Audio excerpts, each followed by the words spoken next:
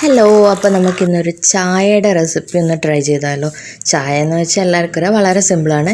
പക്ഷെ നമ്മളിന്ന് ട്രൈ ചെയ്യുന്നത് വളരെ ലൈറ്റായിട്ടുള്ളൊരു മസാല ചായയാണ്.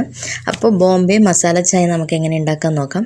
അപ്പോൾ അതിന് വേണ്ടിയിട്ട് ഞാനിപ്പോൾ ഈ ഒരു ഗ്ലാസ്സിലെ വെള്ളം എടുക്കുന്നുള്ളൂ. വളരെ കുറഞ്ഞ ക്വാണ്ടിറ്റിയിൽ മാത്രമേ ഞാൻ ചായ ഉണ്ടാക്കുന്നുള്ളൂ കേട്ടോ. അപ്പോൾ ഈ ഒരു ഗ്ലാസ്സിൽ നിറയെ വെള്ളം എടുത്തിട്ട് നമ്മുടെ പാത്രത്തിലേക്ക് ഒഴിച്ചു കൊടുത്തിട്ടുണ്ട്. ഇനി അതിലേക്ക് ഇതുപോലെ ചെറിയൊരു കഷ്ണം, കാരണം നമ്മൾ 2 ഗ്ലാസ് ചായയാണ് ഉണ്ടാക്കുന്നത്, അതിന് വേണ്ടിയിട്ട് ചെറിയൊരു കഷ്ണം ഇഞ്ചിയും കൂടെ അതിൻ്റെ അകത്തേക്ക് ചതച്ചിട്ട് കൊടുക്കുക. എങ്കിൽ ആ ഇഞ്ചീൻ്റെ മൊത്തം ഇത് അതിൻ്റെ അകത്തേക്ക് പിടിക്കും. ഇനി അതിൻ്റെ അകത്തേക്ക് 2 ഗ്ലാസ്സിന് 2 ഏലക്ക എന്നുള്ള രീതിയിൽ രണ്ട് ഏലക്ക പൊടിച്ചതും കൂടെ ഇട്ട് കൊടുക്കുക. എന്നിട്ടൊന്ന് മിക്സ് ചെയ്തതിന് ശേഷം പിന്നെ നമുക്കതിലേക്ക് നമ്മൾ ഏത് ഗ്ലാസ്സാണോ എടുത്തത് അതേ ഗ്ലാസ്സിൽ തന്നെ 1 ഗ്ലാസ് പാലും കൂടെ ഒഴിച്ചു കൊടുക്കുക. 1 ഗ്ലാസ് വെള്ളത്തിന് 1 ഗ്ലാസ് പാൽ എന്നുള്ള അളവിലെടുക്കുക. അപ്പോൾ അതും കൂടെ ഒഴിച്ചതിന് ശേഷം ഒന്ന് പാല് ജസ്റ്റ് ഒന്ന് ചൂടാവട്ടെ. ചൂടായതിന് ശേഷം മാത്രം നമ്മൾ എന്ത് ചെയ്യുക, ചായപ്പൊടി ഇട്ട് കൊടുക്കുക. അപ്പോൾ ചായപ്പൊടി നമ്മുടെ ഓരോ തിക്നെസ്, ഓരോ കടുപ്പമായിരിക്കും. അപ്പോൾ അതിനനുസരിച്ച് നിങ്ങൾക്ക് എത്രയാണോ കടുപ്പം വേണ്ടത് അതിനനുസരിച്ച് നിങ്ങൾ ചായപ്പൊടി ഇടുക. പിന്നെ ഞാനിപ്പോൾ ഇവിടെ മീഡിയം കടുപ്പത്തിലാണ് ചായ ഉണ്ടാക്കുന്നത്. അപ്പോൾ അതിന് വേണ്ടിയിട്ട് ഒരു സ്പൂൺ നിറയെ ഞാൻ ചായപ്പൊടി ഇട്ടിട്ടുണ്ട്. അപ്പോൾ കൂടുതൽ കടുപ്പം വേണമെങ്കിൽ കൂടുതലിടുക. അതുപോലെ തന്നെ മധുരത്തിൻ്റെ കാര്യം, മധുരം കുറച്ച് വേണ്ടുന്നവർക്ക് കുറച്ചിടുക, കൂടുതൽ വേണ്ടുന്നവർക്ക് കൂടുതലിടുക. അത് ഓരോരുത്തർക്കും ഓരോ രീതിയിലായിരിക്കുമല്ലോ നമ്മൾ. അപ്പോൾ പഞ്ചസാരയും കൂടെ ഞാൻ ഇട്ട് കൊടുത്തിട്ടുണ്ട്. ഞാനിപ്പോൾ ഗ്ലാസ് ചായക്ക് 2 ടേബിൾ സ്പൂൺ പഞ്ചസാര എന്ന രീതിയിലാണ് ഇട്ട് കൊടുക്കുന്നത്. അപ്പോൾ ഒരു മീഡിയം മധുരം, മീഡിയം കടുപ്പം, അത്രയേ ഉള്ളൂ. കുട്ടികൾക്കൊക്കെ കൊടുക്കുന്നതാണെങ്കിൽ മീഡിയം കടുപ്പത്തിൽ ഇടുന്നതായിരിക്കും ഏറ്റവും നല്ലത്.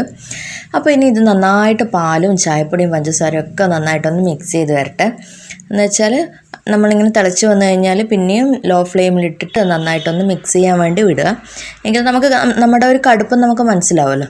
ആ ഒരു കടുപ്പായി കഴിഞ്ഞാൽ നമുക്ക് ഫ്ലെയിം ഓഫ് ചെയ്യാം. അപ്പോൾ ഈ ഏകദേശം ഒരു മീഡിയം കടുപ്പത്തിലേക്ക് ഈ ചായ ആയിട്ടുണ്ട്, കാണുമ്പോൾ തന്നെ മനസ്സിലാവുമല്ലോ. അപ്പോൾ നമുക്ക് ഫ്ലെയിം ഓഫ് ചെയ്യാം. പിന്നെ സാധാരണ പോലെ തന്നെ നമ്മുടെ ചായ നമുക്ക് അരിച്ച് മറ്റൊരു പാത്രത്തിലേക്ക് ഒഴിച്ചു കൊടുക്കാം. അപ്പോൾ നമ്മുടെ ചായ നമുക്ക് ഈ കപ്പിലേക്ക് മാറ്റി കൊടുക്കാം. നേരെ നമ്മൾ ഒരിക്കലും ഗ്ലാസ്സിലേക്ക് ചായ പകർത്താൻ പാടില്ല.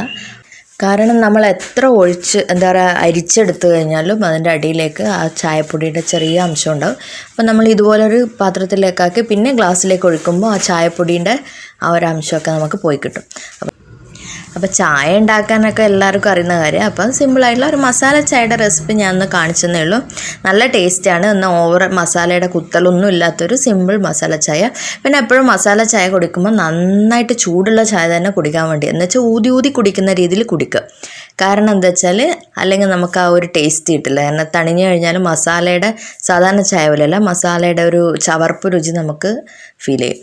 അപ്പോൾ തീർച്ചയായിട്ടും വളരെ സിമ്പിളായിട്ട് കുട്ടികൾക്ക് പോലും തയ്യാറാക്കാൻ പറ്റുന്ന സിമ്പിൾ ചായ റെസിപ്പിയാണ്. തീർച്ചയായിട്ടും എല്ലാവരും ട്രൈ ചെയ്ത് നോക്കണം. അപ്പോൾ വീഡിയോ ഇഷ്ടപ്പെട്ടിട്ടുണ്ടെങ്കിൽ എല്ലാവർക്കും ലൈക്ക് ചെയ്യുക, ഷെയർ ചെയ്യുക. കൂടെ ആദ്യമായിട്ട് കാണുന്നവരാണെങ്കിൽ സബ്സ്ക്രൈബ് ചെയ്ത് ഒന്ന് ബെൽ ഐക്കൺ എനേബിൾ ചെയ്യുക. അപ്പോൾ മറ്റൊരു സിമ്പിൾ വീഡിയോ ആയിട്ട് വരുന്നത് വരെ എല്ലാവർക്കും ടാറ്റാ, ബൈ ബൈ.